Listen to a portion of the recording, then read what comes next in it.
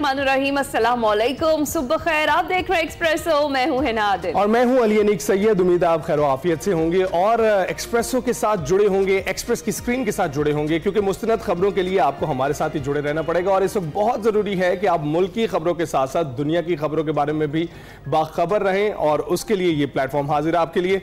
इसके साथ साथ सबसे पहले घर से शुरू करते हैं। सबसे पहले ये बात करते हैं कि इस वक्त मुल्क के अंदर क्या सूरत हाल है। मुल्क में गर्मी की शिद्दत में इजाफा हो रहा है, और खासकर अगर जुनूबी पंजाब की बात करें तो 42 डिग्री सेंटीग्रेड बताया जा रहा है। और ये भी कहा जा रहा है कुछ जगह पर चमगोइयां ये जारी हैं कि हीट वेव आने का भी खदशा है, और आज से ये हीट वेव शुरू हो सकती है। इससे पहले भी ये अलर्ट चली थे कि हो सकता है कि जो समर वेकेशंस है बच्चों के स्कूल्स में, इन हीट वेव्स के पेश नजर उनको भी जल्दी करना पड़े, तो स्कूल्स को भी अलर्ट कर दिया गया था इस हवाले से। और ये पहले से बताया गया था कि जो मई का महीना है वो खासा गर्म होगा और रिकॉर्ड गर्मी पड़ेगी। अब हीट वेव अलर्ट चूंकि जारी कर दिए गए हैं, तो इस सूरत हाल में आपने सबसे ज्यादा इंपॉर्टेंट क्या है कि अपना ख्याल बहुत ज्यादा रखना है। आपने बिला जरूरत घर से बाहर नहीं निकलना। अगर आप जरूरत के तहत भी घर से बाहर निकलते हैं तो हाइड्रेटेड रहिए, पानी की बोतल अपने साथ रहिए, पानी पीते रहिए। और खासतौर पर अगर आप उन इलाकों में जहां जो 42 डिग्री तक जिस तरह से ने बताया कि पारा जाना है, तो आप एक गीला टॉवल अपने साथ रखिए और अपना बहुत ज्यादा ख्याल रखिए। खासतौर पर अपने बच्चों का और अपने बुजुर्गों का बहुत ज्यादा ख्याल रखिए, और पानी और लिक्विड इंटेक जितना आप कर सकते हैं वो आपके लिए बहुत बिल्कुल। और इसके साथ साथ ये भी देखिए कि अब हम तकरीबन आधा मई गुजर चुका है, आधा अभी बाकी है, लेकिन इस शिद्दत में शायद जून में तेजी से इजाफा आएगा और आपको उसमें ख्याल रखना पड़ेगा। तो ये सबसे पहले घर से आपको खबर दी है कि यहाँ पर गर्मी की शिद्दत में इजाफा हो रहा है, लेकिन दर्जा हरारत इस वक्त ग्लोबली भी बढ़ रहा है। और ग्लोबली अगर बात करें तो सबसे पहले हम अपने हमसाया मुल्क की बात करते हैं, भारत की बात करते हैं। और हाँ, पाकिस्तान और भारत के दरमियान जो जंगबंदी के बाद भारतीय वजीर आजम का फिर से बयान सामने आया। अपने कौम से खिताब करते हुए उन्होंने कहा है कि अभी ऑपरेशन सिंदूर खत्म नहीं हुआ है, सिर्फ रोका गया है। फौज अलर्ट है, और साथ ये भी कह दिया है कि पानी और खून एक साथ नहीं बह सकते। जो उनका बयानिया उन्होंने जारी रखा हुआ है। दहशतगर्दी और तिजारत के एक साथ नहीं चल सकते। पाकिस्तान के साथ सिर्फ दहशतगर्दी और आजाद कश्मीर पर बात होगी। पाकिस्तान ने भी इस हवाले से सख्त मौक़िफ़ अपनाया है और कहा है कि मुज़ाकरात कश्मीर, पानी और दहशतगर्दी पर होंगे। जो पाकिस्तान की जानिब से जवाब दिया गया है उसमें पानी को ऐड किया गया है। मुज़ाकरात के लिए न्यूट्रल मकाम का तयन किया जाएगा। उधर अमरीकी सदर अपने हल्फ उठाने के बाद पहले गैर मुल्की दौरे पर सऊदी अरब पहुंच गए हैं, जो कि एक और सिग्निफिकेंट इवेंट है। सऊदी अमरीकी सरमायाकारी फोरम से खिताब में अमरीकी सदर डोनाल्ड ट्रंप ने कहा कि कुछ रोज पहले हमने पाकिस्तान और भारत की लड़ाई खत्म कराई। मैंने कहा दोस्तों आओ एक डील करते हैं। पाकिस्तान और भारत से कहा कि आओ तिजारत करते हैं। मार्को रूबियो ने कशीदगी कम करने में बहुत अहम किरदार अदा किया। अमरीकी सदर ने इस उम्मीद का इजहार किया कि सऊदी अरब इब्राहिम अकॉर्ड्स का हिस्सा बना रहेगा। जी हाँ, और शाम पर आयद पाबंदियां हटा रहे हैं उनकी जानिब से ये कहा गया ताकि शाम को खूब तरक्की का मौका मिल सके। ईरान के साथ डील करना चाहते हैं। अगर ईरान ने पेशकश मुस्तरद की तो फिर उस पर दबाव बढ़ाएंगे। तेहरान की तेल की बरामदात जीरो कर देंगे। उधर तुर्क सदर रजब तैयब एर्दोगान ने पाकिस्तान की हिमायत का वाज़ेह ऐलान कर दिया है। तुर्क काबीना के इजलास से खिताब में तैयब एर्दोगान ने कहा कि दोनों ममालिक में तनाव में कमी के लिए अंत तक कोशिश की है। तुर्किया पाकिस्तानी कौम के साथ हर अच्छे और बुरे दिनों में खड़ा रहेगा। पाकिस्तान को सब्र तहम्मुल और दानिशमंदी पर मुबारकबाद पेश करते हैं। और दूसरी जानिब पाक फ़ज़ाइया की बात करें तो पाक फ़ज़ाइया ने ऑपरेशन बुनियानुन मरसूस में भारतीय फ़ज़ाइया को बर्बाद किया। तफसीलात के मुताबिक पाक फ़ज़ाइया की जवाबी कार्रवाई में भारतीय फ़ज़ाइया के मुताद्दिद लड़ाका तैयारे मुख्तलिफ इलाकों में गिर कर तबाह हुए। तबाह होने वाले भारतीय तैयारों के पायलट्स जख्मी भी हुए हैं और लापता भी हैं। ये सारी सिचुएशन है जिस पर हमने बात करनी है। हमें ज्वाइन किया है सैयद मोहम्मद अली, माहिर सिक्योरिटी उमूर। अस्सलाम वालेकुम सैयद मोहम्मद अली साहब, गुड मॉर्निंग, कैसे हैं आप? जी वालेकुम सलाम जी, बहुत शुक्रिया and very good morning to you as well. Thank you sir. सबसे पहले ज़रा बात कर लेते हैं जो लेटेस्ट डेवलपमेंट्स हो रही हैं, वो हमने थोड़ा सा एक्सप्लेन की है। जिस तरह से भारतीय वज़ीर आज़म नरेंद्र मोदी का बयान है वो भी आपके सामने है। उनका कहना है कि जब भी दहशतगर्दी होगी हम बदला लेंगे या फिर हमला करेंगे।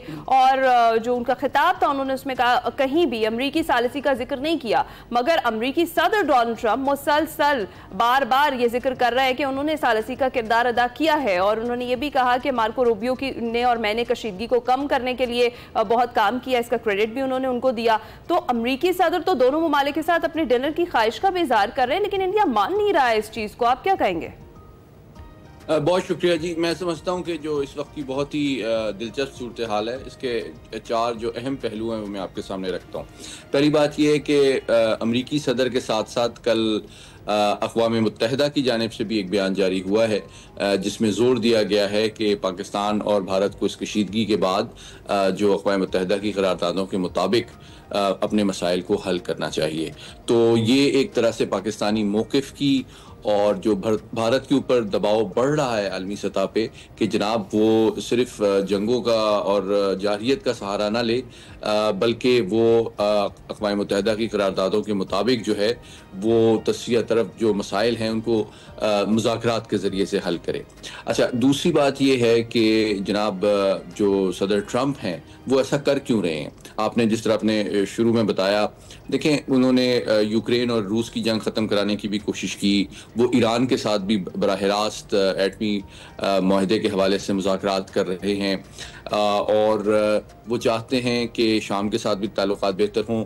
तो वो अपना एक लेगेसी जो डेवलप कर रहे हैं उसमें वो चाहते हैं कि उनको एक पीस मेकर के तौर पे आलमी सतह पे देखा जाए। और पाकिस्तान और भारत की भी जो कशीदगी कम कराने के हवाले से जो उन्होंने हालिया बयानात दिए हैं, उन्होंने कहा कि हमने एक एटमी जंग को रोक लिया है और लाखों लोगों की जानें बचा ली हैं। तो वो उसमें अपना भी उनका एक मफाद है जिसका पाकिस्तान को फ़ायदा है। और जो बैनुल अक़वामी मीडिया आप जानते हैं, इवन BBC ने कल मेरा भी इंटरव्यू किया तो वो ये उनकी हेडलाइन थी BBC इंग्लिश की कि जनाब भारत जो है वो बड़ा तिलमिला रहा है अमेरिकी और आलमी दबाव के तहत कि जनाब अब कश्मीर दोबारा से एक आलमी मसला बन गया जिसको वो चाहते थे कि वो जम कर ले। और आखिरी बात जो सबसे इंपॉर्टेंट है कि अब जो मुज़ाकरात की बात है वो सिर्फ अमेरिकी दबाव की बात नहीं है, बल्कि भारत जो है एक पोजीशन ऑफ वीकनेस की वजह से मजबूर हुआ है कि वो इन मुज़ाकरात को अग्री करे, क्योंकि इस कमिटमेंट के बाद ही जो है पाकिस्तान और भारत के दरमियान जो है वो फायरबंदी हुई है।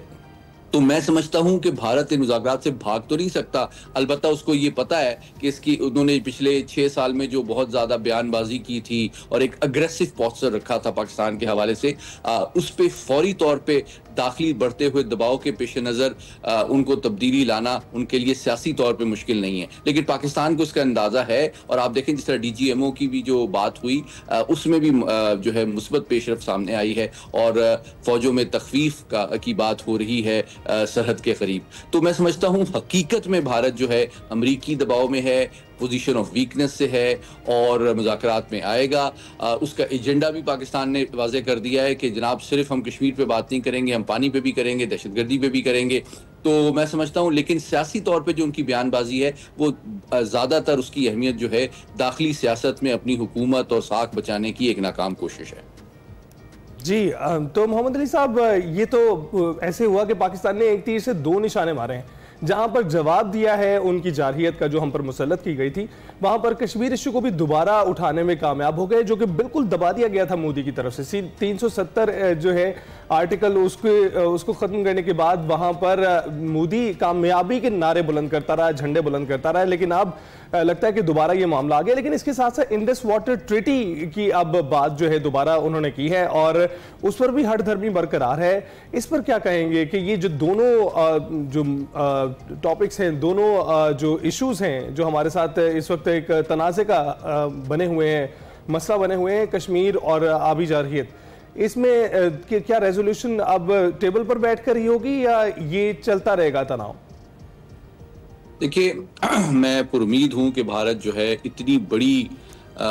इतना बड़ा नुकसान और शर्मिंदगी उठाने के बाद होश के नाखिन लेगा और जो दोनों ममालिक के दरमियान जितने भी हल तलब मसाइल हैं जिसमें अब पानी का भी इजाफा हो चुका है, उनको एक सिफारती तरीके से हल करने की कोशिश की जाएगी। क्योंकि देखें, कश्मीर का मसला तो 78 साल से चल रहा है और हमने भरपूर हर मौके पे, हर फोरम पे कश्मीरी बहन भाइयों की सिफारती, सियासी और हर तरह से मदद की है। बल्कि मैं इनडायरेक्टली कहना चाहता हूँ कि पाक फौज ने जो बड़े पैमाने पे जो ब्रिगेड हेडक्वार्टर, सप्लाई डिपो और चौकियाँ तबाह की हैं मकबूजा कश्मीर में, वो भी एक तरह से हमारे कश्मीरी बहन भाइयों की इनडायरेक्ट मदद है, क्योंकि इन्हीं अफवाज के बेसेस, चौकियों और सप्लाई डिपो के जरिए से उनके ऊपर जुल्म सितम ढाया जाता है। तो आई एम श्योर हमारे मकबूजा कश्मीर के जो बहन भाई हैं वो इसको याद रखेंगे। लेकिन मैं समझता हूँ कि सिफारती सतह पे इस वक्त भारत चूँकि कमज़ोरी की पोजीशन में है, तो वो कोई बहुत ज़्यादा सख्त पोजीशन लेने की मतलब उसमें इस वक्त सलाहियत नहीं है, तो हमें इस मौके से फायदा उठाना चाहिए। लेकिन पानी जो है, देखिए पाकिस्तान की 25 करोड़ आबादी की जिंदगी का दारोमदार इस पानी पे है, चाहे हमारी खुराक हो, चाहे हमारी एग्रीकल्चर हो, चाहे हमारी टेक्सटाइल हो, एक्सपोर्ट हो, हम एग्रेरियन सोसाइटी हैं। तो पानी जो है वो तो सबसे बड़ी यानी कि लाइफ लाइन है, जिसके ऊपर पाकिस्तान कभी भी समझौता नहीं कर सकता। ये एक हमारी रेड लाइन है। और मैं समझता हूं सर इसाकदार साहब भी यही फरमा रहे हैं, वो भी यही कह रहे हैं कि अगर इंडस वाटर ट्रीटी की खिलाफवर्जी की जाती है तो ये वाकई रेड लाइन अबूर करना होगा और डायरेक्ट ये आबी दहशतगर्दी कंसिडर होगा। तो इस सिलसिले में पाकिस्तान जो है वो क्या इकदाम उठा सकता है? देखिए हमारे पास 3-4 ऑप्शंस हैं। पहली ऑप्शन तो डेफिनेटली, चूंकि ब्रोकर ये वर्ल्ड बैंक ने की थी, तो हम वर्ल्ड बैंक में भी जी चूंकि वर्ल्ड बैंक में के जरिए से ये ब्रोकर हुई थी, तो सबसे पहले तो हम वर्ल्ड बैंक के पास जाएंगे, वहां भी ये मामला उठाएंगे। दूसरा, कानूनी सतह पे भी हम इंटरनेशनल कोर्ट ऑफ जस्टिस में ये मामला एक इंटरनेशनल लॉ की डिलिबरेट यूनिलैटरल वायलेशन के तौर पे उठा सकते हैं और दादरसी मांग सकते हैं। तीसरी बात, ये जो अभी मुज़ाकरात अमेरिकन ब्रोकर की बात है, उसमें सबसे इंपॉर्टेंट चीज और फौरी हल तलब मसला पानी का मामला है।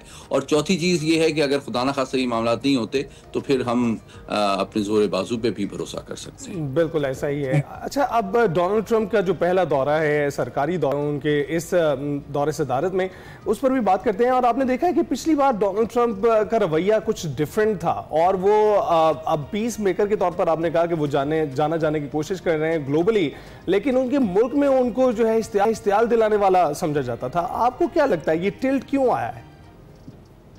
देखिए एक्सल में तो वो बुनियादी तौर पे आप जानते हैं कि बिजनेसमैन है, तो उन्होंने एक नया पहलू जो मुतारिफ कराया है अमेरिकी खारजा पॉलिसी में, वो माशी जो पावर है, जो उनकी माशी पावर है उसको और मार्केट एक्सेस को वो एक इंस्ट्रूमेंट ऑफ पावर के तौर पे इस्तेमाल कर रहे हैं। उन्होंने कहा कि दोनों मुल्कों के दरमियान जंग बंद कराने में भी उन्होंने माशी दबाव को इस्तेमाल किया कि जनाब अगर आपने जंग बंद नहीं की तो मैं आपके साथ तिजारती ताल्लुकात मुनक़ता कर दूंगा, और अगर आप और इंसेंटिव ये दिया कि अगर बंद कर देंगे तो तिजारत को मजीद फरोख्त दूंगा। तो मैं समझता हूँ, देखिए पाकिस्तान की भी अमेरिका सबसे बड़ी एक्सपोर्ट मार्केट है और दूसरी जानिब भारत का तो $100 अरब से ज्यादा का बायलैटरल ट्रेड है। तो इतनी बड़ी मार्केट को लूज करना भारत तो बिल्कुल भी अफोर्ड नहीं कर सकता, बल्कि भारत के ऊपर जो माशी दबाव है उसका पाकिस्तान के मुकाबले में ज्यादा बड़ा असर हुआ है। तो मैं समझता हूं ये भी एक नया पहलू अमेरिकी खारजा पॉलिसी में सामने आया है, जिसमें वो जंग बंद कराने के लिए माशी दबाव को इस्तेमाल उन्होंने किया है।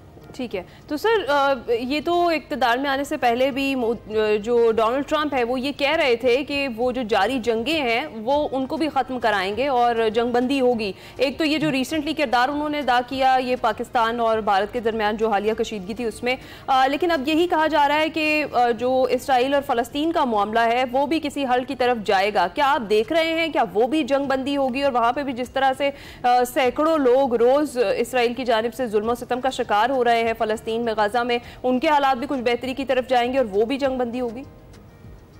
देखिए दो बातें मैं गैर जज्बाती और गैर जानिबदाराना अंदाज में कहना चाहता हूँ कि मसले फ़लस्तीन की जो नौइयत है वो यकसर मुख्तलिफ है। इस बात को आप बिल्कुल मद्देनज़र रखें कि कश्मीरियों की मोहब्बत में या इंसानी जानों की एहतराम में ये मुज़ाकरात नहीं हो रहे हैं।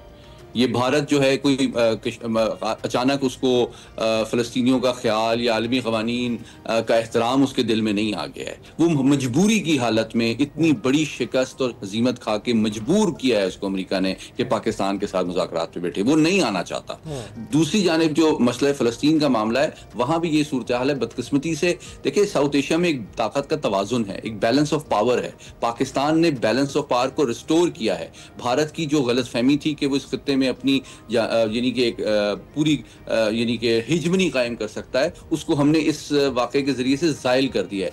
बदकिस्मती से मशरिक़ वस्ता में कोई बैलेंस ऑफ पावर नहीं है। इसराइल मशरिक़ वस्ता की वाहिद एटमी ताकत है और कोई मुल्क कोई अरब मुल्क या रियासत बराह रास्त उसके साथ जो है कशीदगी या जंग का खतरा मोल नहीं लेती। इसलिए इसराइल जो है वो खुले बंदो सब कुछ करता है और उसकी अमेरिका को पुष्पनाही भी हासिल है, क्योंकि जो अरब ममालिक हैं वो अमेरिका के सियासी, माशी और दिफाई एतबार से उन पर डिपेंडेंट तो हैं, लेकिन उनमें यह सलाहियत नहीं है कि वो अमेरिका पर दबाव डाल सकें जिस तरह के इसराइल अपनी जूइश लॉबी के जरिए से बराह रास्त अमेरिका के कानून, अमेरिका के जो कांग्रेस है और प्रेसिडेंट हाउस पे जिस तरह दबाव डालता है, ये सलाहियत अरब ममालिक की नहीं है। बिल्कुल ठीक। मोहम्मद अली साहब, बहुत बहुत शुक्रिया हमसे बात करने के लिए। इब्राहिम अकॉर्ड पर अमल दरामद पर शर्त रखी है। डोनाल्ड ट्रंप ने ख्वाहिश जाहिर की है, ख्वाब का कहा है कि उनका ख्वाब है कि जल्द सऊदी अरब जो है वो इसराइल को माने, लेकिन इस वक्त सऊदी अरब पर भी शदीद दबाव है और सऊदी अरब ने एक दिफाई मुआहदा तो उनके साथ किया है। 142 अरब डॉलर का मुआहदा है और 600 अरब डॉलर तक इसको ले जाने की कोशिश की जा रही है। तो ये कुछ चेंजेस हैं जो ग्लोबली आ रही हैं, जो और पाकिस्तान और इंडिया की भी सूरत हाल हमने आपके सामने रखी। मोहम्मद अली साहब ने उस पर रोशनी डाली। अभी हम ब्रेक पर जाएंगे।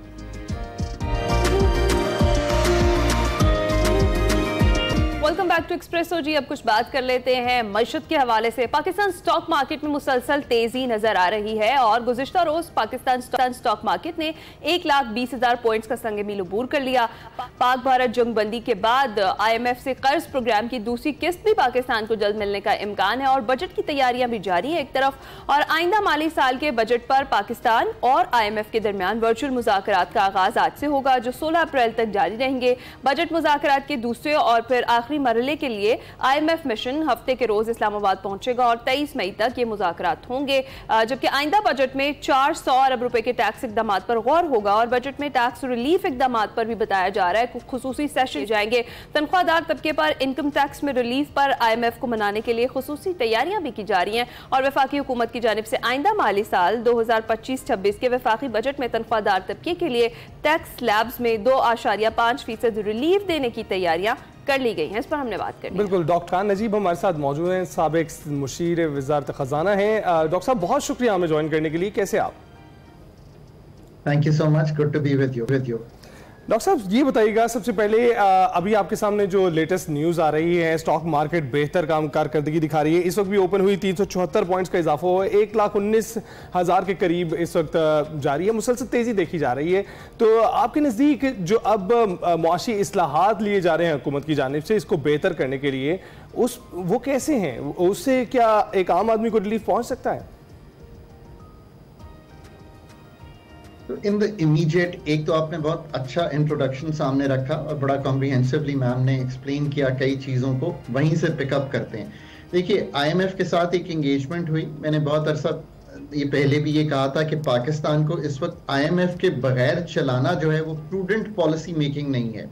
हमारी जो IMF की एंगेजमेंट है उसने एक मैक्रो स्टेबिलिटी दी है और जो आम आदमी या लो इनकम अर्नर है उसके लिए सबसे बड़ा जो रिलीफ आया है वो इस सेंस में आया है कि जो अफरात ज़र है, यानी कि कीमतों के बढ़ने की शरह में एक खातिर खा कमी आ गई है। इसका अंदाज़ा इस तरह लगाइए कि ऑन दी एवरेज पिछले 2 साल में 24 और 29% कीमतें बढ़ी थी। जो मालियाती साल हमने 23 और 24 गुजारे, अब जो मालियाती साल चल रहा है इसमें जो कीमतों के बढ़ने की शरह है वो ऑन दी एवरेज 5 से 7% होगी। तो एक्सप्रेस चैनल अगर आप दोनों की सैलरी इस साल 10 से 12% बढ़ाता है तो एक्चुअल में आपकी कुव्वत खरीद बढ़ जाएगी। ये मैं एग्जांपल इसलिए दे रहा हूँ कि इसको समझने की ज़रूरत है कि पिछले 2 सालों में आपकी कुव्वत खरीद जो है वो कम हुई है क्योंकि आपकी सैलरीज 25 या 28% हर साल नहीं बढ़ी हैं। One can understand that, private sector में भी पब्लिक सेक्टर में भी। इस साल अगर 10 ऑन दी एवरेज ये बढ़ती हैं तो आपकी कुव्वत खरीद जो है वो कुछ बेहतर होगी और ये अगर तवातर से बढ़ती रहें इस तरह और हम मैक्रो स्टेबिलिटी मेंटेन करें, so that's the important part कि कीमतों के बढ़ने की शरह 5-7% के अंदर ही रहे और आपकी सैलरीज 10-12% तवातर से 3 साल बढ़ती रहें, then you can actually catch up to where you were in 23 और 24।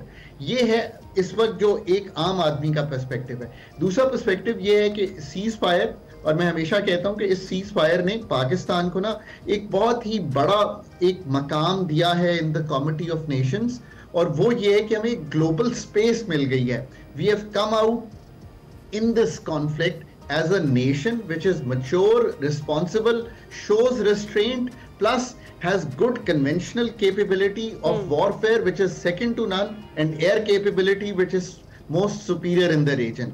So इससे हमें ये एक जिसे कहीं कंफर्ट दिया है दुनिया को कि अगर आप पाकिस्तान में इन्वेस्ट करते हैं तो your investment is safe. East और वेस्ट दोनों बॉर्डर हमारे सिक्योर हैं। चाइना और चले ईरान को तो मैं इसलिए काउंट नहीं करता कि वो तो मतलब देरीना दोस्त हैं। अफगानिस्तान से भी हालात अच्छे हैं। उम्मीद करता हूं इंडिया अब अगर टेबल पर आता है तो उनसे भी चीजें अच्छी बढ़ेंगी। फिर आपने ये देखा कि एक रिलीफ बहुत बड़ा मिला। लेट्स से मैम और आप दोनों जो हैं जाते हैं और आप कहते हैं हम गाड़ी खरीदना चाहते हैं, आज आप जाएं नई गाड़ी खरीदें, 1 करोड़ रुपया बैंक से बोरो करें, आप किस्त देंगे 11 लाख रुपए सालाना की। आप 12 महीने पहले यही काम करते तो आपको 22 लाख रुपए की किस्त देनी पड़ती। सो मैन्युफैक्चरिंग को, डोमेस्टिक हाउस होल्ड को, एग्रीकल्चर को बोरोइंग की जो कॉस्ट है वो नीचे आई है। अब वक्त वो है जो ये हमें टाइम, स्पेस और जो ग्लोबल स्पेस स्पेशली मिली है कि जो हम अपना घर है ना उसको ठीक करें। घर ठीक आज भी होना है, इसको ये जो सारा इस वक्त कॉन्फ्लिक्ट का हमने यूफोरिया देखा है, इसमें हमें भूलना नहीं है कि आज भी एनर्जी सेक्टर के डीरेगुलेशन के, जिसको कहते हैं पाकिस्तान में जॉब क्रिएशन के, ग्रोथ करने के जो सारे मसाइल हैं वो आज भी हल होने हैं। बिजनेस इन्वेस्टमेंट आज भी ठीक होनी है, ये सारे काम होने हैं on a longer term basis. ये नहीं भूलना कि हमारा एजुकेशन का सिस्टम, हेल्थ का सिस्टम हैज टू कम जिसे टू अ प्ले वेयर जो आम आदमी, जिसका आप ये टर्म कॉइन हो गई है, या लो इनकम अर्नर जिसको मैं कहता हूँ, उसके लिए ये वो फराहम कर रहा हो सहूलियात ताकि वो मेन स्ट्रीम का धारा बन सके, एजुकेशनली भी और हेल्थ वाइज भी। ये है इस वक्त मुल्क की position. In the short run जो स्टॉक मार्केट कमेंट करते हैं बिकॉज पीपल इन्वेस्ट, उसको बहुत बढ़ाने की जरूरत है। 2.5-3 लाख इन्वेस्टर है 25 करोड़ की आबादी में। मार्केट का मोमेंटम भी अच्छा है, निर्ख बहुत कम हो गए, सस्ते हो गए थे इनके हिस्सेस के, इसलिए कि एक प्रेशर आया, वो प्रेशर थोड़ा सा रिलीज हुआ है। आज भी मार्केट 6-6.25 के प्राइस टू अर्निंग्स पे है, अभी भी ऑन दी एवरेज 7 से 8 का प्राइस टू अर्निंग्स है, तो मोमेंटम है। बजट बहुत जरूरी है, जैसे आपने बहुत अच्छी बात रखी, फंड से तो डिस्कशन होती ही है, काम तो हमने करना है कि अगर 400-500 अरब के नए टैक्सेस हैं वो केयरफुली लगाने हैं। आपकी इनकम्स पे टैक्सेस को कम करना है ताकि आप पाकिस्तान छोड़कर दुबई ना चले जाएं। हम नहीं चाहते कि हमारा टैलेंट दुबई जाए। ये चीजें अब होनी है, ट्रांसफॉर्मेशनल काम जो होने वाले हैं, अब वो मौका है। ये मैं बहुत इंपॉर्टेंट पॉइंट हमेशा अब कहता हूं कि जो स्पेस पाकिस्तान को आज मिली है ना, आई डोंट थिंक कि हमें कभी भी वो स्पेस मिली थी in the committee of Nations. वो इज्जत, जो मकाम, मतलब आप ये देखें, मतलब चलें हम तो एज स्कॉलर्स जो कह रहे हैं, अगर यूएस अथॉरिटीज ये ट्वीट करती हैं उनके प्रेसिडेंट कि मैं ट्रेड करना चाहता हूं पाकिस्तान से, तो इसके बढ़ के आपको स्पेस मिल सकती है। I mean I think we really come out as a very very proud nation, but humbly. और इस डॉक्टर साहब ये उस वक्त कहा गया है जब वो सऊदी अरब का दौरा कर रहे थे, पहले भी डेफिनेटली वो कह रहे थे, जब उन्होंने सीज फायर की बात की तब भी उन्होंने यही कहा कि दोनों ममालिक को ट्रेड पर उन्होंने मनाया था। अच्छा डॉक्टर साहब, जिस तरह हमने बात की IMF के हवाले से भी और जो वर्चुअल मुज़ाकरात जिनका आज से आगाज होना है, आपको क्या लगता है कि कौन कौन सी ऐसी चीजें हैं जिनके लिए पाकिस्तान को IMF की जानिब से फोर्स किया जा सकता है? कौन कौन से इकदाम करने की जरूरत है? पहले भाई ने जो कहा ना, बहुत अच्छा कहा। व्हाट ही सेड इज कि उन्होंने सऊदी स्पीच में भी ये कहा कि I spoke to the Pakistanis and I said आप अपने काम डाउन करें ये सारा यूफोरिया, और असल तो इंडियंस ने काम डाउन करें, उनको कहा, और हम आप लोगों से ट्रेड बढ़ाएंगे। सो उन्होंने रीइटरेट किया। So is a transactional kind of president, और हमें इस चीज का फायदा उठाना चाहिए। अब फंड के साथ देखिए, फंड के साथ ये बात करनी पड़ेगी कि जो इस दफा का बजट है उसको हम इस तरह बनाएं कि वो एक्सपेंडिचर को कट करे, यानी कि जो हमारे खर्चे हैं जारी अखराजात पे भी, हमारे जो खर्चे हैं डेवलपमेंट के भी, उनको भी कम रखें, ताकि जो टैक्सेस का निज़ाम है उसको बेहतर करते हुए, आसान करते हुए, यानी ये 2 काम करने हैं, उसको बेहतर इस तरह करना है, मैन्युफैक्चरिंग, सैलरीड और नॉन सैलरीड, इन तीनों के टैक्सेस नीचे जाते हुए दिखाई देने चाहिए, और agriculture income tax, real estate, retail और होलसेल, ये टैक्स ऊपर आता हुआ दिखाई देना चाहिए। सिंप्लीफिकेशन होनी चाहिए टैक्सेशन के निज़ाम में। बहुत से फजूल किस्म के टैक्स हमने लगाए हुए हैं, regulatory duties, withholding taxes, customs पे एक्सेसिव निर्फ, इनको कम होता हुआ दिखाना चाहिए। और तीसरी चीज जो है, सिंप्लीफिकेशन ऑफ टैक्सेस होनी चाहिए, जिसका मतलब ये है कि टैक्स भरने के लिए, टैक्स के निज़ाम को समझने के लिए आम आदमी जो है कन्विंस हो, और एक हॉरिजॉन्टल इक्विटी, यानी कि जो मैं, आप, मैन्युफैक्चरिंग, एग्रीकल्चर, रियल एस्टेट, जो भी कमा रहा है, जैसे भी कमा रहा है उसको मसावी टैक्सेशन के निज़ाम में लाना चाहिए, और एक्सपेंडिचर पे बहुत कभी चीजें जो हैं नजर आनी चाहिए जो हो रही हो। जो प्रोविंसेस का काम है वो उनको करना चाहिए, जो सब्जेक्ट हमारे फेडरल के नहीं है उनको काम नहीं करना चाहिए उसका, और इनकम सपोर्ट को शेयर करना चाहिए। It should be a bold transformational budget.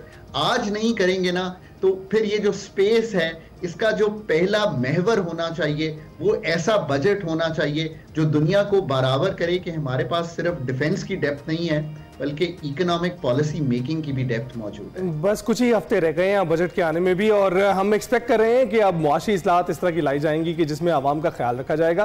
तो डॉक्टर साहब ये बताइएगा कि हम बात कर रहे हैं सऊदी अरब के दौरे की अमरीकी सदर की, तो उन्होंने बहुत सी बातें ऐसी की हैं जिसमें नज़र ये आ रहा है कि पाकिस्तान के लिए शायद जब वो टेबल पर आए तो उन टैरिफ में भी कमी हो जाए जो उन पर 29% लगाया गया था कुछ दिन पहले।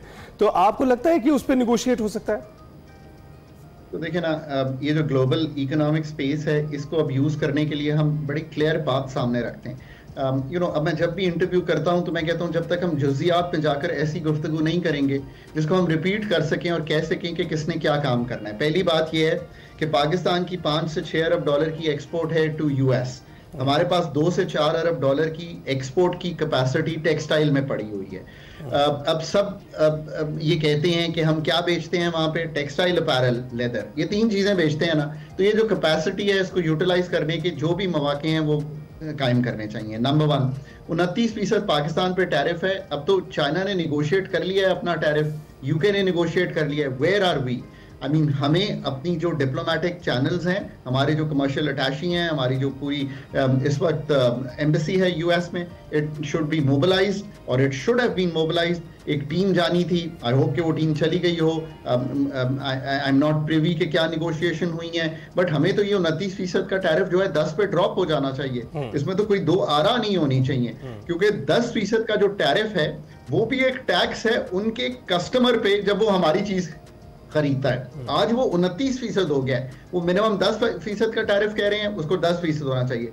तीसरी ये चीज कि हम इस वक्त एक ट्रेड सरप्लस में है कि हम उनको भेज देते हैं 5-6 अरब डॉलर की चीज, मंगवाते हैं 1.5-2 अरब डॉलर की चीज, तो वो कहते हैं भाई आप तो 3 अरब डॉलर फायदे में है।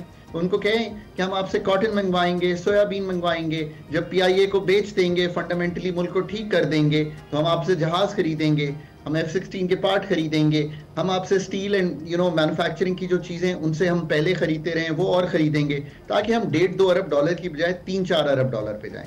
आखिरी बात, 2 सबसे ज्यादा इंपॉर्टेंट, एक हमारे नॉन टैरिफ बैरियर्स हैं। मैंने पहले कहा है कि अपने कस्टम्स के निजाम को, अपनी जो क्वालिटी के मैकेनिज्म्स हैं उनको सादा बनाएं। यूएस ये भी चाहता है कि जब उनकी प्रोडक्ट्स आएं तो वो आसानी से थ्रू हो सकें उन डिफिकल्ट चैनल से जो कई ममालिक में है, एक वो काम करें। और फिर आखिर में, this is my appeal to the diaspora which lives in the US. We have an effective diaspora, we have a big diaspora, we have doctors, surgeons, engineers, accountants, lawyers who have done well.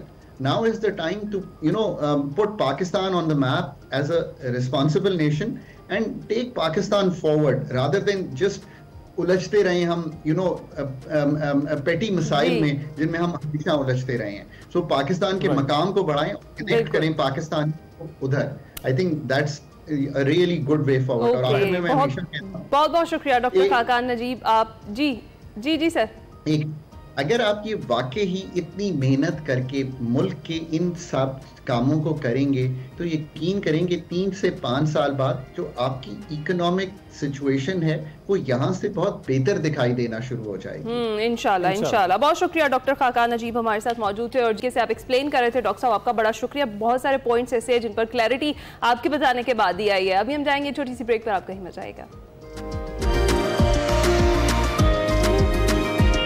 Welcome back to Expresso. अब याद करेंगे आपके हमारे सबके favourite मारूफ फनकार और मज़ाहनिगार फारूक कैसर को, जिनके मद्दा आज उनकी 4थी बरसी मना रहे हैं। फारूक कैसर 31 अक्टूबर 1945 को सियालकोट में पैदा हुए। फारूक कैसर ने कई दहाइयों तक पाकिस्तान टेलीविज़न पर बच्चों के लिए तफरीही प्रोग्राम तख्लीक किए हैं। फारूक कैसर को 1970 में पहली मरतबा अक्कड़ बक्कड़ के जरिए पाकिस्तान टेलीविज़न पर मुतारिफ कराया गया, लेकिन उन्हें असल शोहरत 1976 में बच्चों के ड्रामा कलियां में अपने किरदार अंकल सरगम से मिली। वो रातों रात शोहरत की बुलंदियों पर पहुंच गए। हाँ, सारी मेमोरीज दोबारा से रिकॉल करा दी हमने। आपकी भी एक छोटा सा ट्रिब्यूट था जो हमने पेश किया फारूक असर साहब को। इसके साथ ही हम जाएंगे छोटी सी ब्रेक पर, आप कहीं मत जाइएगा। Welcome back. प्रोग्राम में आगे बढ़ते हैं, बात करते हैं भारत के खिलाफ एक और शानदार जीत की। जी हाँ नाजरीन, पाकिस्तानियों के लिए खुशखबरियों का सिलसिला जारी है और अब ये खुशखबरी है बॉक्सिंग के रिंग से। थाईलैंड में होने वाले बॉक्सिंग मुकाबले में पाकिस्तानी बॉक्सर शहीर आफरीदी ने भारतीय नाकाबिले शिकस्त बॉक्सर को जिंदगी की पहली बार जो है शिकस्त से रूबरू करवाया है। शहीर आफरीदी ने भारतीय बॉक्सर तेजोत सिंह बावा को चौथे राउंड में जेर कर दिया है और तीसरे राउंड में ही भारतीय बॉक्सर तेजोत सिंह बावा लड़खड़ा गए थे। चौथे राउंड में रेफरी ने देखा भारतीय बॉक्सर की खराब हालत है तो मजीद खेल को रोक दिया और पाकिस्तानी बॉक्सर को टेक्निकल नॉकआउट की बुनियाद पर फातेह करार दे दिया। सिंध पुलिस से ताल्लुक है इनका। जवान सिंध पुलिस के शहीर आफरीदी हैं। अब तक 18 मुकाबले खेल चुके हैं और जिसमें से 16 में ये फातेह रहे हैं और इस शानदार जीत के साथ ही शहीर आफरीदी दुनिया के 50 बेहतरीन बॉक्सर में भी शामिल हो गए हैं और अभी जून में इनकी एक फाइट आ रही है जिसके बाद उम्मीद करते हैं कि अगर ये वो फाइट जीतते हैं तो ये टॉप 40 में भी हो सकते हैं। मजीद चैंपियन बॉक्सर्स की बात कर लेते हैं। जी हाँ, हमारे चैंपियन बॉक्सर शहीर हमारे साथ ही मौजूद हैं। अस्सलाम वालेकुम शहीर, सुबह खैर, आप कैसे हैं?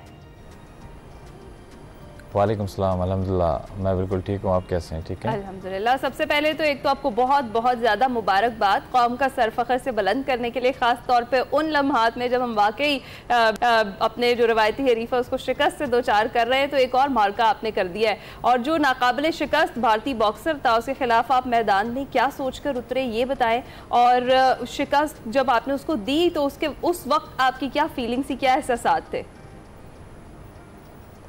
जी देखें, ये मेरी जो फ़ाइट थी वो जनवरी में लॉक हुई थी। मैं तब से ही ट्रेनिंग कर रहा था। उस वक्त तो ऐसी फ़िज़ा और ऐसा माहौल नहीं था, लेकिन जब फ़ाइट करीब आई और मैं जब बैंकॉक पहुंचा तो मैंने देखा कि हर तरफ जंग की बात हो रही है और ये सब चल रहा था। तो जो मेरा एक ट्रेनिंग प्रोग्राम था कि मैं 10 राउंड बैग मारता हूँ, 5 किलोमीटर रनिंग करता हूँ, तो उसको मैंने और बढ़ाया और मैंने ये सोचा कि अगर अब मैं फ़ाइट जीतूंगा तो मुझे पता है कि ये फ़ाइट मेरे लिए कितनी इंपॉर्टेंट होगी, मेरी ज़िंदगी की सबसे बेस्ट फ़ाइट हो सकती है। और मैंने उस फ़ाइट को, जो मेरी ट्रेनिंग प्रोग्राम था 2 घंटे का, उसको मैंने बढ़ा के 3 घंटे किया, ट्रेनिंग और ज़्यादा की और अल्हम्दुलिल्लाह इस फ़ाइट को मैंने जीता। और इस अपनी फ़तह को मैंने सिर्फ अपने साथ ही एक अपने लिए नहीं रखा, मैंने इस फ़तह को पाक फौज के जितने हमारे गाजी और शहीद हैं सबके नाम की है। Great, that's great. टाइमिंग बहुत आपकी जो फतह की देखी जा सकती है कि कमाल थी, जिसमें आपने भारतीय हरीफ को चित किया। क्या आपको कोई प्रेशर था कि इस जिस खिलाड़ी का आपका सामना है भारतीय हरीफ का, ये कोई मैच पहले नहीं हारा हुआ है, तो ऐसा आपने कहा कि ट्रेनिंग में आपने इजाफा किया था, तो प्रेशर की वजह से आपने इजाफा किया था? जी बिल्कुल ऐसे ही था। प्रेशर बहुत ज़्यादा था इस फाइट का मेरे ऊपर और एक नाकाबिले शिकस्त लड़के को शिकस्त देना ये एक बहुत मुश्किल टास्क होता है। उसका रिंग एक्सपीरियंस, उसकी जितनी फ़ाइट्स थी 8 के 8 वो सारी आउट ऑफ कंट्री थी, वो कभी इंडिया में नहीं खेला और वो एक वेल सेटल्ड जो उसकी प्रमोशन है उससे उसका ताल्लुक़ है और उसके पास स्पॉन्सर्स हैं, वो हर जगह पूरी दुनिया में खेलता है। तो उसको रिंग एक्सपीरियंस अच्छा था बाहर की कंट्रीज़ का। तो ये एक मेरे लिए काफ़ी बहुत बड़ा प्रेशर था। साथ साथ मेरे फैंस का, दोस्तों का, सबके मैसेजेस आ रहे थे कि भाई सबसे हारना है, इंडिया से नहीं हारना, तो वो और भी प्रेशर बढ़ा रहा था मुझे। लेकिन अल्हम्दुलिल्लाह अल्लाह पाक ने जो मैंने मेहनत की थी उसका सिला दिया और आप सब ने देखा कि 4th राउंड में मैंने टेक्निकल नॉकआउट किया इसको। बिल्कुल बिल्कुल। अच्छा, वैसे शहीद ये जो पूरी सिचुएशन ओवरऑल चल रही थी ना, इसके अंदर जो हमारे सिख भाई हैं वो हमें सपोर्ट कर रहे थे, ऑल्दो कि जो आपका हरीफ था वो इंडियन था, लेकिन वो सिख थे स्टिल, जो आपके ऊपर प्रेशर या जो भी सूरत हाल बनी वो आपने हमारे साथ शेयर की। अच्छा, मुझे बताएं कि दुनिया के 50 बेहतरीन बॉक्सर्स में शुमार होता है आपका, कितनी ज़्यादा मेहनत है इसके पीछे और आइंदा के क्या गोल्स हैं? जी देखें, मैंने, अगर आप मेरी बॉक्सिंग जर्नी शुरू देखें तो मैंने 2020 में डेब्यू किया था। बॉक्सिंग तो मैं बचपन से कर रहा हूँ, मेरे वालिद साहब मेरे ट्रेनर हैं, लेकिन प्रोफेशनल बॉक्सिंग में मैंने डेब्यू 2020 में किया था और मेरा जो फर्स्ट इंटरव्यू था वो आपके ही चैनल पे था, इधर 2021 में, मुझे अच्छी तरह याद है। तब मेरे पास यहाँ कोई भी बेल्ट नहीं था, मैं अकेले बेल्ट के बैठा हुआ था और उस वक्त मेरी रैंकिंग जो थी वो तकरीबन 3000 बॉक्सर्स में भी नहीं थी। तो वहाँ से चलने का सफ़र, फिर मल्टीनेशनल कंपनीज़ पाकिस्तान में इधर उधर उनके पीछे स्पॉन्सर्स ढूंढना, तो एक बहुत बहुत बड़ी मेहनत है। साथ साथ आपने अगर आप हार्ड वर्क कर रहे हैं तो आपको स्मार्ट वर्क करना है, आपको मार्केटिंग के लिए स्पॉन्सर्स देखने हैं, फिर अपने मैनेजर्स ढूंढने। मैनेजर्स क्या होते हैं हमारे, बस वो दोस्त ही होते हैं जिन्होंने थोड़ा बहुत अच्छा मार्केटिंग की स्टडी की होती है, तो वो साथ साथ हमें जो है वो स्पॉन्सर वगैरह ढूंढ के दे देते हैं। तो इसी तरह के हमें थोड़ा थोड़ा सपोर्ट आप मीडिया वाले भाइयों का और साथ साथ हमारे सिंध पुलिस का, साथ सिंध गवर्नमेंट का, सबका थोड़ा थोड़ा सपोर्ट था। आज मैं यहाँ तक पहुँचा हूँ। इंशाल्लाह मैं आप आगे भी जाएंगे और ये सपोर्ट नेटवर्क आपके साथ बिल्कुल हमेशा कायम दायम रहेगा। और बड़ी अच्छी बात है कि आपने पूरा एक नक्शा खींचा है कि खिलाड़ी के इर्द गिर्द कैसा सपोर्ट सिस्टम होता है जो उसको मदद दे रहा होता है। लेकिन आपने अपने वालिद का जिक्र किया कि बचपन से आप जो है ट्रेनिंग कर रहे थे, तो ऐसी स्पोर्ट्स जिसमें बहुत बुरी तरह से इंजर्ड हो जाने का खदशा हो, उसमें इतनी छोटी उम्र से आपको डाल दिया गया, वालिद क्या सोच रहे थे उस वक्त? जी देखिए, मैंने जैसे आपसे कहा कि मेरे वालिद साहब भी पाकिस्तान को रिप्रेजेंट कर चुके हैं, तो उनका भी एक जुनून था कि जो चीज़ मैंने नहीं हासिल की तो वो मेरी औलाद में से कोई एक बेटा मेरा हासिल करे। और उन 4 में से तो मैं अभी तक अल्हम्दुलिल्लाह ये चीज़ अचीव कर चुका हूँ। बाकी भी भाई हैं वो आर्मी के लिए सर्व कर रहे हैं, आर्मी में उनकी ड्यूटीज़ हैं। लेकिन मेरे को सिंध पुलिस ने अपॉर्चुनिटी दी है, मैं प्रोफेशनल बॉक्सिंग करता हूँ, पाकिस्तान को रिप्रेजेंट करता हूँ। और वालिद साहब का एक ये था कि हम लोग बचपन में अक्सर लड़ते थे, तो वो हमें ये कहते थे कि बाहर लड़ोगे तो पुलिस उठा के ले जाएगी, रिंग में लड़ो, वहाँ पे कोई तुम्हें कुछ नहीं कहेगा। तो ये एक उन्होंने पॉजिटिव चीज़ दी है हमें। मुझे ऐसा लगता है कि ये मारदार नहीं है, ये एक बॉक्सिंग जो है sport one of the best sports of the world है। और इसमें आप अपने अंदर एक सब्र लेकर आते हैं, क्योंकि मैंने देखा है, मैं बाहर अगर मुझे कोई ट्रैफिक में कोई मसला होता है, कोई बाइक लग जाए या कुछ हो जाए, कोई गाली दे दे, कुछ भी हो जाए, तो मैं आज तक किसी से नहीं लड़ा। और मैं इवन ये भी कह देता हूँ कि यार ठीक है, आप मुझसे मेरी गलती एक वजह ये भी है कि आपको पता है कि आपने 2 सेकंड में तो ढेर कर देना अगले बंदे को। कहते हैं ना, with great powers comes greater responsibility. अच्छा ये बताइएगा कि अभी आपका पुलिस का जो तजर्बा खुद है, जब जहां पर आप चीज़ों को रेगुलेट करते हैं, ये एक महकमा है जो कानून नाफिज करवाता है, तो ऐसे में तो मजीद तहम्मुल का आपको मुजाहरा करना पड़ता होगा, जो अपनी ड्यूटी देने के दौरान भी आपको जो है तहम्मुल दिखाना पड़ता होगा। जी बिल्कुल ऐसा ही है। सिंध पुलिस में मेरे ख्याल में सिंध पुलिस की ड्यूटी ज़्यादा टफ है, और इसमें जिस तरह हर तरह का आपको बंदा मिलता है और वो आपसे हर तरह की लहजे में बात करता है, तो आपको सब्र और तामुल से काम लेना पड़ता है। और साथ साथ हमें सिंध पुलिस की ट्रेनिंग में यही सिखाया जाता है कि कम्युनिटी पुलिसिंग जो होती है वो यही है कि आपने लोगों के साथ किस तरीके से रवैया पेश रखना है और अपना जितना 100% हो वो दें, और ये हमारा फ़र्ज़ भी है और आवाम का हक भी है। बिल्कुल ऐसा। अच्छा शाहिर, अभी आपने बात की कि आप इंटरनेशनली भी बहुत सारे इवेंट्स में परफॉर्म आपने किया है, आपकी जो बॉक्सिंग है उसके डेफिनेटली चर्चे हैं, टॉप 50 में आप आ रहे हैं, इंशाल्लाह आगे टॉप 40 तक भी चले जाएंगे। आपको क्या लगता है, आपने इंटरनेशनल प्लेयर्स के साथ इंटरेक्शन भी किया है, उनके साथ गेम भी की है, कौन कौन सी ऐसी फैसिलिटीज़ हैं जो हमारे यहाँ पर जो बॉक्सर्स हैं उनके लिए दस्तयाब नहीं है और हंगामी बुनियादों पर होनी चाहिए? क्योंकि स्पॉन्सरशिप के मसाइल तो हमें हमारा हर एथलीट आकर वो बताता है कि उसे हैं, लेकिन खास तौर पर बॉक्सिंग में ऐसी कौन सी फैसिलिटीज हैं जो नहीं है और वो होनी चाहिए? जी देखें, अगर मैं अपने तरह के बॉक्सर्स की बात करूं, एक तो होते हैं बॉक्सिंग में भी ना 2 तरह के एथलीट्स हैं, कि एलीट हैं और एक थोड़ा सा मिडिल। तो अगर मैं एलीट को साइड पे करूं, चले उनके पास प्रमोशंस बड़ी बड़ी हैं, वो $1,000,000 ऑफ डॉलर्स में कर रहे हैं, हम उनकी बात नहीं करते। मैं अपने तरह की जो मिडिल क्लास बॉक्सर्स हैं, बाहर भी काफ़ी यमनी बॉक्सर्स हैं और उसके अलावा इंडियन बॉक्सर्स हैं, तो वो एक तरह से उन्होंने एक तरीका ये किया हुआ है कि वो वीज़ा लेकर आते हैं किसी भी कंट्री में, लाइक जर्मनी, USA, कहीं भी, तो वो यहाँ पे जिम्स में ट्रेनिंग करते हैं और ट्रेनिंग करवाते भी हैं, और इसी तरह से फिर वहाँ पे इंटरनेशनल बॉक्सिंग कोचेज़ हैं, उनके साथ ट्रेनिंग करते हैं, वो उनको रीड करते हैं कि यार हमने क्या खाना है, क्या पीना है। वहाँ के जो बेस्ट कोचेज़ हैं वो आपको ये सिखाते हैं कि आपने सबसे ज़्यादा डिसिप्लिन अपने फूड पे होना है, क्योंकि अगर बॉक्सर अपना वेट कंट्रोल नहीं कर सकता तो वो कभी अच्छा बॉक्सर नहीं बन सकता। तो हमें मतलब हम अगर नॉर्मल बॉडी वेट हमारा एक आम इंसान की तरह 76 किलो है, तो उससे कम 10 किलो कम रहना पड़ता है। 66 किलो में हमें अपनी फ़ाइट खेलनी पड़ती है ताकि हम अपने हरीफ के आगे थोड़ा सा शार्प रहें। और उसके अलावा माइंड गेम बहुत ज़्यादा है इसमें।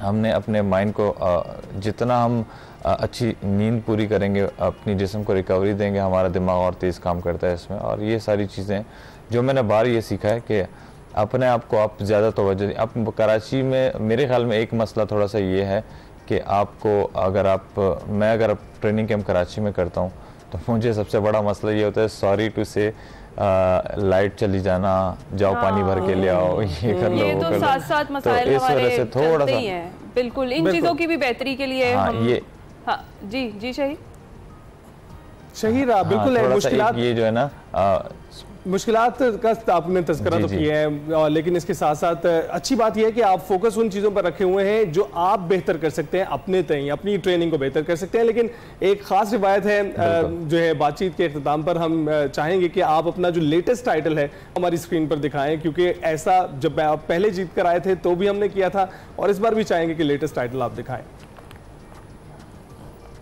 ये है WBA एशिया का टाइटल है, ये जबरदस्त। दिस इज फॉर कैसा चमक रहा है। ये मेरे पूरे पाकिस्तानियों के लिए एक तोहफा था इस दफा का। हाँ, और बड़ा खूबसूरत तोहफा है। और भी टाइटल पाकिस्तान हमें बहुत ज़्यादा फ़ख्र है आपके ऊपर, जिस तरीके से आप परफॉर्म कर रहे हैं और जिस तरीके से आप इंटरनेशनल लेवल पे पाकिस्तान का नाम रोशन कर रहे हैं, पाकिस्तान का परचम सर बुलंद कर रहे हैं, कौम के सर फ़ख्र से बुलंद कर रहे हैं। हमें आप पर फ़ख्र है। आपके फ्यूचर के लिए बेस्ट विशेज़ हमारी तरफ से। Thank you so much. हमारे चैंपियन बॉक्सर शाहिर अफरीदी हमारे साथ मौजूद थे। इसके साथ ही एक्सप्रेसो में वक्त हुआ एक ब्रेक का। Welcome back. अब देखिए बलूचिस्तान की लैंडस्केप फोटोग्राफी पर एक खूबसूरत किताब का तारुफ। अस्सलाम वालेकुम नाज़रीन, मैं वकार अहमद और आप देख रहे हैं एक्सप्रेसो किताब। बहुत ही खूबसूरत किताब आपके लिए लाया हूँ, Balochistan air panoramas and landscapes. इस पे बात करते हैं। ये किताब है ताहिर खान कयानी, एविएशन से ताल्लुक़ है, और अजीज़ अहमद जमाली साहब हैं जो कि ब्यूरोक्रेट हैं, उनकी मुश्तरका काविश है। क्या खूबसूरत किताब है। बलूचिस्तान के हवाले से एक तो ज़हन में आपके फ़ौरन आता है कि 42% ऑफ लैंडस्केप जो है, हमारी लैंड जो है वो बलूचिस्तान है। अब 42% बहुत बहुत ज़्यादा है, बहुत ही कमाल है। लेकिन अगर हम टूरिज़म के पोटेंशियल के हवाले से बात करें तो मेरा अपना जो भी तजर्बा है 25 साल का, यानी टूरिज़म के हवाले से, इस शोबे के हवाले से, टूर ऑपरेटर के तौर पर टूरिस्ट को बहुत करीब से देखा, होटल्स वगैरह चलाए, यानी ये तमाम चीज़ों को मैं अपने जहन में रखूँ, और स्पेशली बैनुल अक़वामी सयाहत को, तो यकीन कीजिए कि अगर तमाम चीज़ें हमारे मुल्क में दुरुस्त हों तो 100 में से 70 टूरिस्ट जो है वो GB भी नहीं, सीधा बलूचिस्तान जाएगा। उसकी वजह यह है कि बहुत दुनिया का एक बहुत बड़ा जो टूरिस्ट है, बहुत ज़्यादा जो तादाद है सयाहों की, यानी बैक पैकर्स से लेके और इस तरह के जो स्पेशली टूरिस्ट होते हैं, ये वो लोग होते हैं जो कि ओरिजिनल एक लैंडस्केप देखना आना चाहते हैं। वो ये चाहते हैं कि वो एक ऐसी लैंडस्केप देखें जिसमें ये जो जदीदियत या मॉडर्निज्म या इसके जो आसार ये ना हो, वो खूबसूरत लैंडस्केप हो। हमें वो बताया कि एक्चुअली जो पुरानी लैंडस्केप्स थी वो क्या थी। फिर बलूचिस्तान के अंदर एक वसअत है। अब इस किताब की खूबसूरती ये है कि इसमें एयर पैनोरामाज हैं, यानी बहुत ही कमाल। ये जिस तरह आप तस्वीरें देख रहे हैं कि ऊपर से जो तस्वीरें खींची गई हैं, बर्ड आई व्यू उसको कहें, बहुत ही कमाल है, और आपको तहय्युर में, हैरत में डाल देती है बलूचिस्तान की जो सरजमीन है अपनी खूबसूरती के हवाले से। मैं हमेशा जब ने कोस्टल हाईवे पहली दफ़ा देखी थी तो मुझे समझ नहीं आ रही थी कि किस रोड को, यानी अगर कोई रैंकिंग करनी पड़ी तो क्या कोस्टल हाईवे नंबर 1 होगी या कराकोरम हाईवे नंबर 1 होगी। और यकीन कीजिए अगर तन्हाई को या आइसोलेशन को या उस कमाल खूबसूरती और जो कुछ हवा ने एरोजन की शक्ल में वहाँ मुजस्मे से तराश रखे हैं, वहाँ पे जो शक्लें बना रखी हैं, वो तमाम चीज़ों को देखा जाए तो कोस्टल हाईवे जो है वो कोई बहुत आगे की चीज़ है। इसी तरह बलूचिस्तान के अंदर जितने भी इस तरह के जो टूरिस्ट हैं जो कि कुछ स्पिरिचुअल नीड के हवाले से कुछ ऐसा बड़ा एक्सपीरियंस करना चाहते हैं, बलूचिस्तान की लैंडस्केप बहुत ही खूबसूरत है। लेकिन बलूचिस्तान के हवाले से अगर आप GB या गिलगित बल्तिस्तान के हवाले से देखें तो बहुत काम हुआ है। बहुत सारे ऐसी तस्वीरी कुतब आपको मिलती हैं जो कि GB के हवाले से, बलूचिस्तान के हवाले से बहुत काम हुआ है, और इस नौइयत का शायद ये पहला काम है। और इसकी जो खूबसूरती ये है कि एक तो ये पूरे बलूचिस्तान से आपको रोशनास करवाती है उसकी लैंडस्केप के हवाले से, और दूसरा ये है कि इसकी जो तस्वीरें हैं वो बहुत ही कमाल हैं, अच्छी हाई क्वालिटी इमेजेस हैं, और ये जो है बहुत ही कमाल है। फिर जो लैंडस्केप का जो स्पेशली वो वाला पार्ट है जिसमें कि जो हमारी ये जो 700 किलोमीटर से ज़्यादा की जो साहिली पट्टी है, इसको हमने कभी अगर कोस्ट हाईवे की तरफ जा रहे हो तो वो तो हम एक लैंडस्केप का हिस्सा होते हैं, लेकिन बिल्कुल दूसरी साइड से हमने नहीं देखा। और ये एक जो मालाइयत है, एक तिलिस्माती, या आप जिस तरह नहीं फैंटेसी मूवीज़ देखते हैं, बलूचिस्तान की सारी लैंडस्केप इतनी खूबसूरत है। और फिर जो आँख है जिसने ये तस्वीरें खींची, ये वो जो टेक्स्ट है इस बुक में, जिसने वो टेक्स्ट लिखा, वो ख़ुद भी इस देवमलाइयत, इस तिलिस्माती पन का मुकम्मल तौर पे ना सिर्फ शिकार नज़र आए, हिस्सा नज़र आए। और ये किताब जो है बलूचिस्तान के हवाले से कीमती किताब है, बहुत कीमती है, इतनी ही कीमती है जितनी बलूचिस्तान की लैंडस्केप, बलूचिस्तान का जो वहाँ पे रहने वाला खूबसूरत फ़र्द है, वो तमाम लोग जो हैं वो कीमती हैं। बिल्कुल उसी तरह ये किताब जो है, उन्हीं की वजह से ये किताब कीमती हो जाती है। ये किताब देखिएगा जहाँ भी आपको मुयस्सर आए। इसका पब्लिशर मैं आपको बता देता हूँ, क्योंकि इनकी जो बुक है ये शाया की है, publish by photographic society of Pakistan. So इस किताब को ज़रूर पढ़िएगा, ज़रूर देखिएगा और बलूचिस्तान की जो लैंडस्केप है उसको अप्रिशिएट कीजिएगा। क्या खूबसूरत लैंडस्केप है, Balochistan air panoramas and landscapes. Thank you very much, बहुत शुक्रिया। देखते रहिए एक्सप्रेसो किताब। Welcome back to Expresso. अब जरा बात कर लेते हैं पाकिस्तान सुपर लीग सीजन 10 की। तो शायकीन क्रिकेट के लिए एक अच्छी खबर है, हमने कल भी आपको दी थी। पाकिस्तान और भारत के दरमियान जंग बंदी के बाद तातुल का शिकार होने वाली HBL PSL 10 का 17 मई से दोबारा आगाज हो रहा है और इस दिन कराची किंग्स और पेशावर ज़ल्मी रावलपिंडी क्रिकेट स्टेडियम में मद्दे मुकाबल होंगे। ज़राए के मुताबिक PSL के जो बकिया मैचेस हैं रावलपिंडी और लाहौर में खेले जाने हैं। पाकिस्तान क्रिकेट बोर्ड लीग के जो बकिया मैचेस हैं उसके लिए ज़्यादा से ज़्यादा गैर मुल्की प्लेयर्स को वापस आने के लिए कोशिशें कर रहा है। दूसरी जानिब चेयरमैन पाकिस्तान क्रिकेट बोर्ड ने कौमी क्रिकेट टीम के लिए नए हेड कोच के नाम का ऐलान कर दिया है और न्यूजीलैंड से ताल्लुक़ रखने वाले Mike Hesson Indian Premier League की मारूफ फ्रेंचाइज रॉयल चैलेंजर्स बंगलोर में डायरेक्टर ऑफ क्रिकेट के तौर पर काम कर चुके हैं और जबकि कीवी टीम की कोचिंग के फ़राइज़ भी निभा चुके हैं। और आजकल माइक हेसन इस्लामाबाद यूनाइटेड की टीम के हेड कोच की हैसियत से खिदमात सर अंजाम दे रहा है। एक बार पहले से भी ये खबर गर्दिश कर रही थी, लेकिन अब बाकायदा तौर पर नाम सामने आ गया। जबकि आकिब जावेद की अगर बात करें तो उनको डायरेक्टर हाई परफॉर्मेंस मुकर्रर किया गया। इसके अलावा कुछ तब्दीलियां भी सुनने में आ रही हैं और पाकिस्तान क्रिकेट बोर्ड PCB ने कौमी टीम के 5 साबिक खिलाड़ियों और टीमों के मेंटोर्स को फारिग करने का फैसला कर दिया और साबिक कप्तान सरफराज अहमद और मिसबाउल हक को पाकिस्तान क्रिकेट बोर्ड में अहम जिम्मेदारियां सौंपे जाने के इम्कान जाहिर किए जा रहे हैं। ये सारी जी गुफ्तगू जो अभी तक की चल रही थी, जो अपडेट्स थी, वो आपसे शेयर किए, इस पर हमने डिस्कशन कर। बिल्कुल, सलीम खालिक साहब हमारे साथ मौजूद कोर्स के तज्जिए कर रहे हैं। सलीम साहब बहुत शुक्रिया हमें ज्वाइन करने के लिए, कैसे हैं आप? मैं बिल्कुल ठीक हूँ।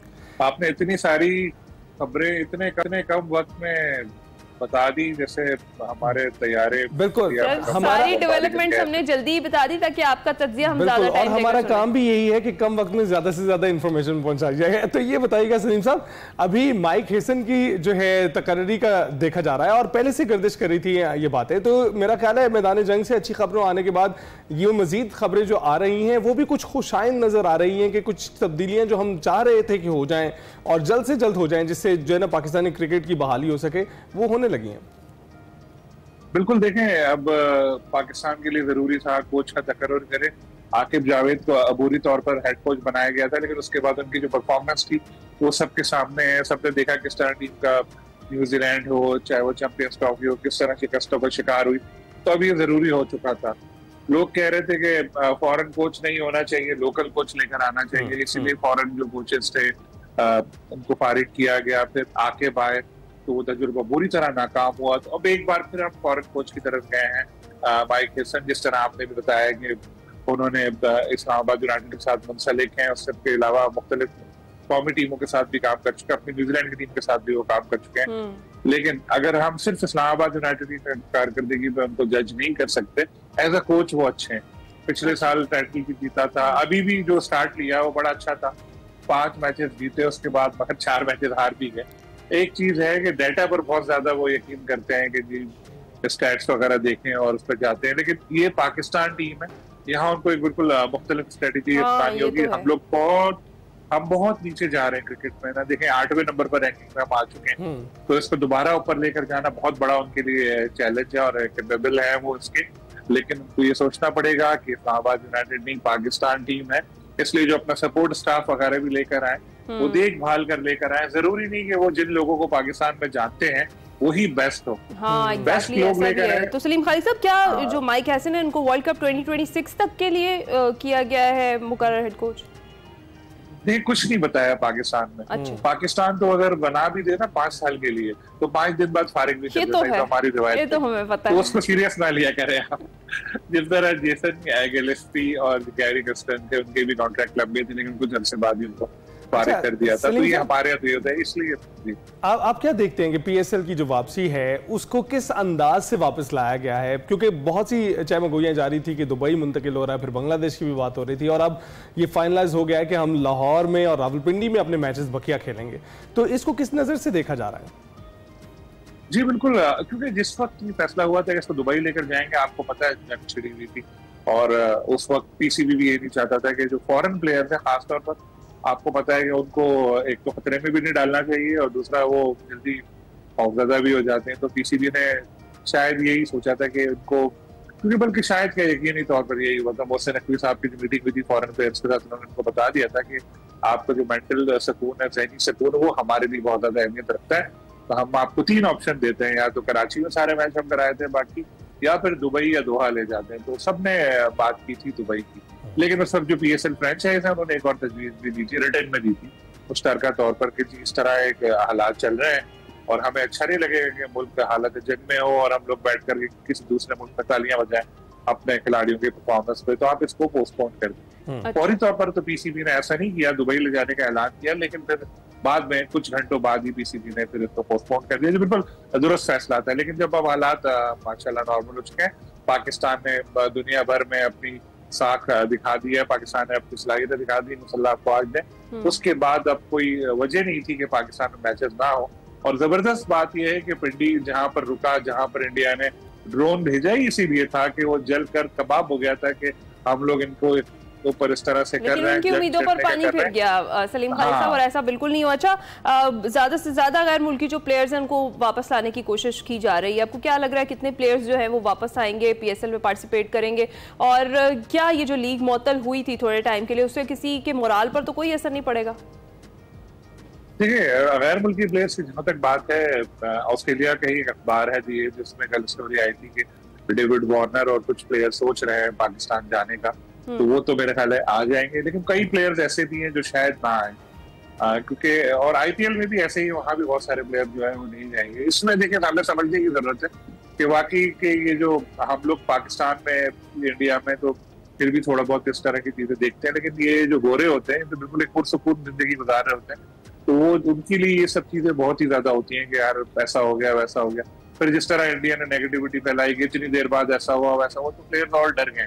और पीसीबी भी जाहिर है और फ्रेंचाइज भी, उन्होंने उनको बोल भी दिया कि हम आपके फैसले का एहतराम करेंगे, आना चाहते हैं वेलकम, नहीं आना चाहते कोई बात नहीं। तो होगा यही कि अब बहुत सारे ऐसे हो सकता है हमें जो पहले थे प्लेयर्स वो नजर ना आए खेलते हुए, कुछ नए प्लेयर्स भी आ सकते हैं अगर दोबारा कोई ड्राफ्ट वगैरह कराए, लेकिन वक्त बहुत कम है, 3 दिन अब बाकी है। तो जो भी हो उनके साथ लीग मुकम्मल कराना जरूरी है, क्योंकि वैल्यूएशन होनी है, 10 साल पूरे हो रहे हैं, सारे कॉन्ट्रैक्ट आगे फरोख्त करने, फिर जो भी कॉन्ट्रैक्ट आपके होते हैं उनकी अदायगी उसी वक्त होती है जब आप उनके इवेंट पूरा हो चुका हो। तो पीसीबी ने बिल्कुल दुरुस्त फैसला किया है। होपफुली कि आएंगे प्लेयर, लेकिन अगर कम भी हो तो उसको भूल जाएं, आपकी अपनी लीग है, कौम का मोराल इस वक्त बहुत हाई है, हमने इतनी बड़ी जंग जीत ली है, क्रिकेट तो ये छोटी मोटी चीज है, लोग जाएं मैच जाके बिल्कुल एंजॉय करें। दूसरी बात टीमों का मोराल, बिल्कुल जी, आपने टीमों के मोराल के हवाले से कहा था। हाँ जी, बताइए टीमों के मोराल के हवाले से। तो उसमें ये है कि जब कोई टीम अच्छा खेल रही हो या बुरा भी खेल रही हो और बीच में किसी भी वजह से गैप आ जाए, इवेंट रुक जाए ना, तो फिर जब दोबारा रीस्टार्ट होता है तो उसमें हम ये नहीं समझ सकते कि यार ये टीम अभी 10 दिन पहले बहुत अच्छा खेल रही थी तो अभी फिर उसकी वैसी परफॉर्मेंस होगी, 19-20 फर्क आ जाता है। तो अभी ये आप एक्सपेक्ट कर सकते हैं कि कोई टीम जो पहले खराब खेली थी शायद अब बेहतर खेले, या जो अच्छा खेल रही थी उसकी परफॉर्मेंस थोड़ी कम आए, मुल्तान सुल्तान को हटा के।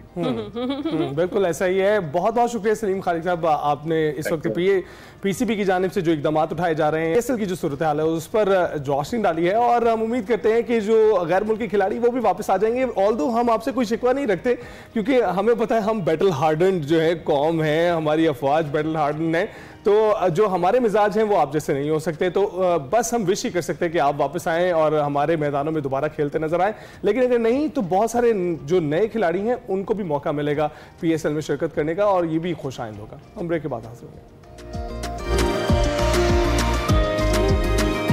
Welcome back. हम हर बार आपके किसी ना किसी टैलेंट से मुलाकात करवाते हैं और वो टैलेंट बताता है कि उसका एक्सरसाइज रजीम क्या है, लेकिन हम अब कोशिश ही कर रहे हैं कि आपको भी ऐसा एक्सरसाइज बताई जाएं जिससे आपके रोजमर्रा में बेहतरी आए। तो उसके लिए फैसल इस वक्त हमारे साथ स्टूडियोज में मौजूद है। फैसल, बहुत शुक्रिया हमें ज्वाइन करने के लिए। आज कौन सी यूजफुल टिप्स बता रहे हैं? तो आज का जो हमारा सेशन होगा वो होगा पुल वर्कआउट। लास्ट हमने किया था पुश का वर्कआउट हमने किया था और आज हमारा बनता है पुल वर्कआउट। तो पुल वर्कआउट में हम कवर करेंगे बैक और बाइसेप को। तो इसकी डंबल पेयर से हम मूव करके दिखाते हैं आपको। 6-7 एक्सरसाइजेज बन जाएंगी। अगर आप इसको प्रॉपर एंगल से करें, प्रॉपर इसको रेंज ऑफ मोशन से करें तो बहुत इफेक्टिव रहेगा। एक डंबल पेयर ही काफ़ी होगा आपको। अगर आप होम है, घर में आपने करना है, आप ये कहीं ट्रैवलिंग कर रहे हैं तो एक डंबल पेयर आपका ये सारा काम कर देगा। तो अभी हम स्टार्ट करके दिखाते हैं आपको। तो नंबर 1, ये आपने पोजीशन ले ली, बैक आपने कर ली स्ट्रेट लॉक। बिल्कुल आप ऐसे ना छोड़िएगा वरना ये इंजरीज के चांसेस भी बढ़ जाते हैं। राइट, 1 2 3। बहुत सारे लोगों का इधर एक क्वेश्चन भी होगा कि ये डंबल्स का जो एंगल है वो यहां रखना चाहिए, यहां या यहां पे। तो आपने डाउन वाली साइड पे रखना है। 3 4 5 6। 15 रेप्स करें आप और 3 सेट इसके करें। पहली मूव के सेकंड मूव हमारी होगी, आप इसको सपोर्ट भी ले सकते हैं ऐसे। 1 2। इस पोजीशन में भी आपको डंबल यहां पे ले जाने की जरूरत नहीं है, ना बहुत पीछे जाने की जरूरत है। ये आप सेंटर में इसमें रखेंगे जब आप सिंगल आर्म रोइंग कर रहे होंगे। 3 4 5 6। सेम आप रिपीट करिए। 1 2। कुछ लोग जो इस सेट में मिस्टेक करते हैं वो यहां से वापस आ जाते हैं, तो आपने पूरा पीछे लेके जाना है इसको ताकि आपके बैक पे प्रेशर फील आए। 3 4 5 6। और नाज़रीन, ये सारे जो टिप्स हम आपको दिखा Next रहे हैं ये हम आपने करनी भी है। रिवर्स हम डबल पकड़ेंगे। ये 1 2। हर एक्सरसाइज में आपने 30 सेकंड का ब्रेक लाजमी लेना है। हम आपको कंटिन्यूसली करके दिखा रहे हैं ताकि टाइम हमारा बच सके। 2 3 4 5। इसी के साथ हम करेंगे पुल ओवर। पुल ओवर के लिए आपको, कुछ लोग पुल ओवर चेस्ट के साथ इसको परफॉर्म करते हैं, लेकिन क्योंकि हम लोग पुल का वर्कआउट कर रहे हैं तो पुल ओवर पार्ट ऑफ ये पुल वर्कआउट में होगा। 1 स्ट्रेच चेस्ट के ऊपर,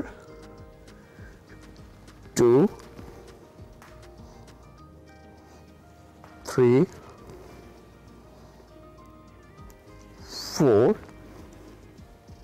और 5। इसी तरह आप डंबल्स की पोजीशन चेंज करें और इसको एल्बो को ले आए अब नीचे। 1 2 3 4। जब आप इसको पीछे लेके जाएंगे डंबल्स को तो आपका कोर फुली एंगेज होना चाहिए इसके साथ। 5 6। नेक्स्ट मूव हम करेंगे बाइसेप के लिए, तो उसके लिए हम करेंगे डबल आर्म्स। डंबल पहला 1 2 3। यहां पर जो मिस्टेक लोग करते हैं, मैं आपको एंगल बना के दिखाता हूं कि जब ये लिफ्ट करते हैं डंबल को तो बैक से जोर लगा रहे होते हैं। जैसे मैं करके दिखा देता हूं आपको, ये रॉन्ग एंगल होगा। ये बिल्कुल ना करें ताकि आपकी बैक पे प्रेशर ना जाए। आपने बाजू के जोर से डंबल को लिफ्ट करना है। तो ये बिल्कुल स्ट्रेट। 1 2 3 4 5। अगर आपने मस्कुलर करना है तो आपने जो डंबल का पोजीशन है वो यहीं पे रखना जहां मैं कर रहा हूं। अगर आप चाहते हैं आपका साइज गेन हो, मसल का साइज बढ़े, तो इसकी थोड़ी सी पोजीशन चेंज होगी, इसी सेट की थोड़ा ऊपर आएगा, आपके हेड के सामने आएगा, ये सही है। 1 2 3। सेकंड मूव है हमारी बाइसेप के लिए। आप अगर इस तरह से पोजीशन ले सकते हैं तो सही है, वरना इसका मैं अल्टरनेट भी बता देता हूं। 1 2 3। ये आइसोलेटेड मूवमेंट है, पूरा प्रेशर आपके मसल पे जाएगा। अगर आप ये वाला पोजीशन ले सकते हैं, 4 5। सेम, बहुत आसान ये एंगल बनता है। आपको इसकी सपोर्ट चाहिए अपने नीज की, और ये एंगल खुद ब खुद बन जाएगा। 1 2 3 4 5। आप इसी वर्कआउट को आप ये इस तरह से भी परफॉर्म कर सकते हैं। अगर आप चेंज करना चाहें एंगल तो 2 3 4। सेम, ये आप एल्बो रखेंगे नी से आगे, यहां ना रखिएगा ताकि आपको प्रॉब्लम ना हो। 1 2 3 4 5। और नेक्स्ट मूव हमारी होगी बाइसेप के लिए 1 2 3। इसमें आप देखिए पहले हमने एंगल जो परफॉर्म किया था वो ये वाला किया था, अब हम कर रहे हैं कि कर्ल कर रहे हैं। 2 3 4। कुछ लोग या इस सेट में क्या मिस्टेक करते हैं, वो ये एल्बो इधर उठा लेते हैं, क्योंकि ये बाइसेप की ये कर्ल एक्सरसाइज है, तो इसको हम लॉक ही रखेंगे एल्बो को। 1 2 3। तो ये था हमारा आज का पुल वर्कआउट। तो उम्मीद है आपको इससे कुछ ना कुछ ज़रूर आपको एडवांटेज मिलेगा। थैंक यू फैसल, बहुत बहुत शुक्रिया। आपका बहुत यूजफुल टिप्स थी जिसको अपनाना चाहिए, लेकिन काफ़ी तवील इन्होंने आज एक्सरसाइज बताई है, तो इनको देखकर मुझे तो थकावट होने लगी है। आपने अली की तरह बिल्कुल नहीं करना। आपको जो चीज़ें सिखाई हैं फैसल ने इतनी लंबी एक्सरसाइज में, आपने वो ज़रूर करनी है ताकि आप हेल्दी और फिट रह सकें। इसके साथ ही एक्सप्रेस से हम आपसे इजाज़त चाहेंगे। आपसे मुलाकात होगी कल। अपना ख्याल रखिएगा, फीडबैक ज़रूर दीजिएगा। अल्लाह हाफिज़। अल्लाह हाफिज़।